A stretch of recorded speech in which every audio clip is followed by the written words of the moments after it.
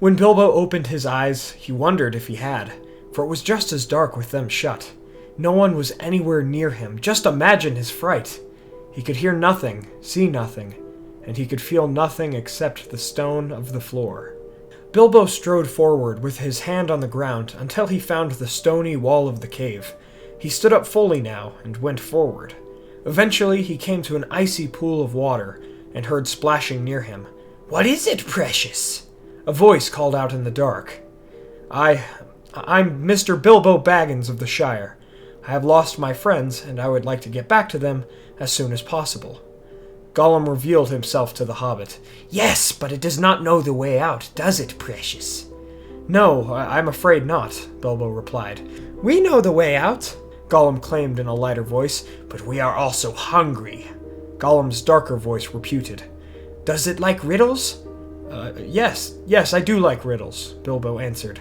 "How about this? We have ourselves a game of riddles. If I win, you have to show me the way out of this cave, "And if we win, we will eat Baggins," Gollum said with enthusiasm. Bilbo realized his situation.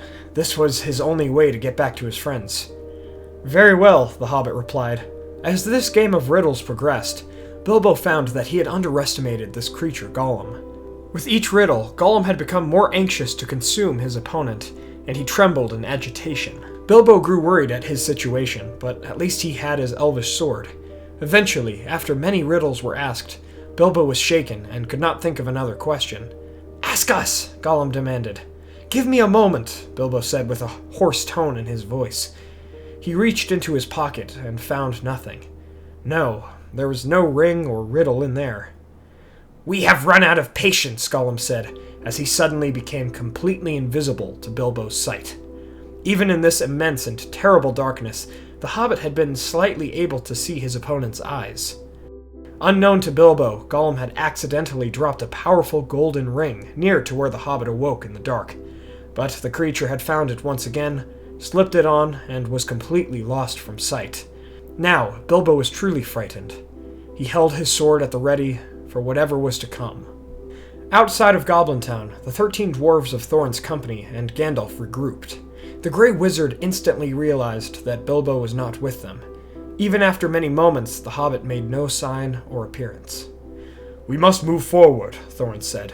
"If the goblins dispatched Bilbo, then we are next." "No," Gandalf cried. "I will not leave our hobbit behind. I will go back into the caves if I must. Push onward, Thorin. I will find Bilbo if he is to be found, and we shall come to you soon." And so it was that Gandalf went back towards the Goblin Town to look for Bilbo, and the dwarves moved down the eastern side of the Misty Mountains. Nightfall came, and the cry of wolves suddenly rang out. The dwarves prepared for battle as they had jumped out of the frying pan and into the fire, but the many sounds told them that they were outmatched. The dwarves climbed the trees of the mountain and hoped for something to save them from the wolves, but no help came. Gandalf, even in all of his power, had been ambushed and overwhelmed in Goblin Town. The wizard was captured, not slain, as there was some greater evil at work here. Due to the fact that Bilbo did not find the One Ring, he had to fend off Gollum and his invisibility until he grew too weak to do so, and then the poor hobbit met his end. And without Gandalf's help, the dwarves found no dawn either. Indeed, the course of the world would have changed much if Bilbo had not found the One Ring. The dwarves would not have made it to the Lonely Mountain, or even Beorn's home for that matter. However, just as Gandalf suspected, in this timeline and the original, some great evil was at work. The wizard was carted by the goblins to the Greenwood Forest, now named Mirkwood. In the south part of the forest, rising from a hill, was the dark fortress of Dol Guldur. Once called Amon Lonk by Thranduil's elves, this fortress held a dark power, and Gandalf knew why.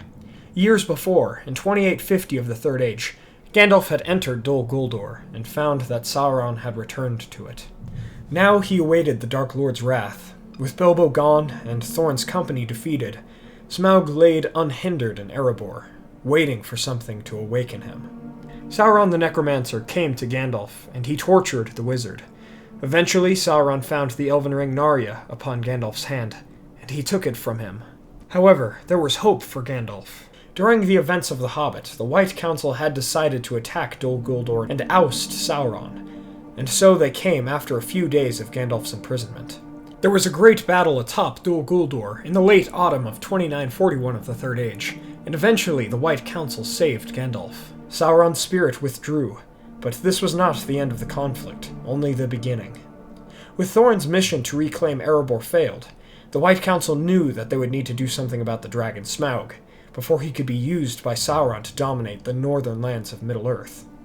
And so Galadriel and Celeborn mustered the armies of Lothlorien, while Gandalf and Elrond convinced Thranduil to join them. At the same time, the rest of the White Council, Saruman, Radagast, Círdan, and other elven lords, went to guard the Lonely Mountain and make sure none entered or left it. Once the armies of the elves were mustered, and the promise of part of Erebor's gold was made to Thranduil, the armies marched upon the Lonely Mountain. This took place when the Battle of the Five Armies would have normally happened. The Free Peoples planned for Gandalf and Saruman to clear a path through the front gate and enter it, as Thrain's key to the Moon Door had been lost to the wolves that overtook Thorin's company. The louder they could do this, the better, so that they could awaken Smaug. They also wanted to see if they might find the dragon's weakness. Afterward, they would use their powerful voices to goad the dragon into leaving the mountain. From there, the elves would fire arrow after arrow to bring the dragon down. As this plan started, Gandalf and Saruman found the front gate already ajar, and this worried them. The wizards ran inside and went different directions in the Dwarven Kingdom. Gandalf eventually came to an outlook where he could see Smaug.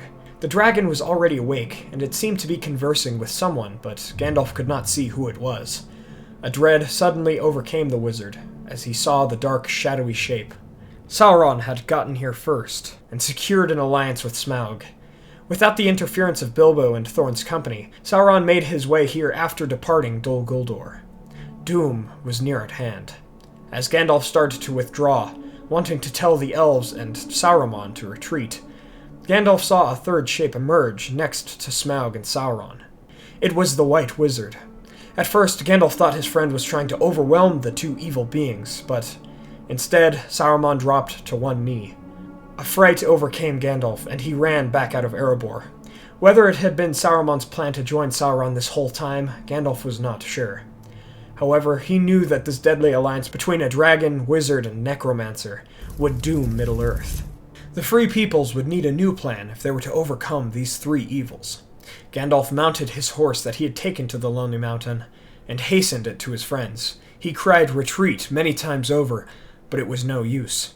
From behind him, the wizard heard the sound of wings. Smaug came out of Erebor, and the arrows of the elves flew, but none found their mark, as the dragon had seemed prepared for this fight.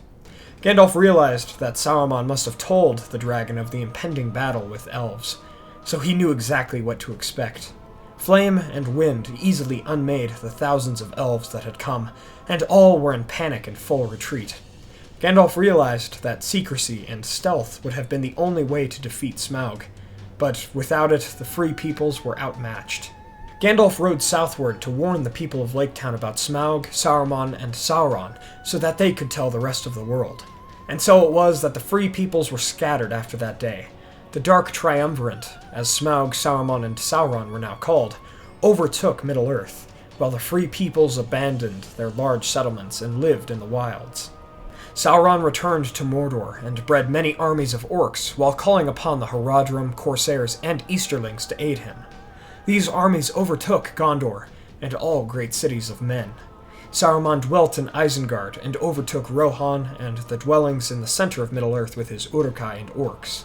During this time, Smaug dominated the Northlands, and he destroyed Lothlorien, Rivendell, the Shire, Bree, and the Iron Hills as well. And so the Dark Triumvirate ruled Middle-earth for many years to come. But there is always hope. Even though the large cities of the Free Peoples were lost, men, elves, dwarves, and hobbits endured in the wild. All over Middle-earth, the different races of the Free Peoples banded together to fight off the imposing darkness. And, as evil is ought to do, after Saruman, Smaug, and Sauron claimed victory over Middle-earth, they began to contest one another for power. Sauron and Saruman looked for the One Ring, knowing that it alone could change the tide of this civil war. All the while Smaug consumed more of his enemies and many trinkets of power, becoming large like the dragon Glaurung from the First Age. The Free Peoples also knew of the One Ring, but they knew as much concerning its whereabouts as Saruman and Sauron did.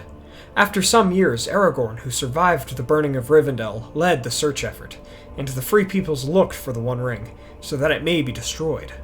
The Wise had known of the ring's existence, and Isildur's scrolls that had been saved from Minas Tirith told them much about it.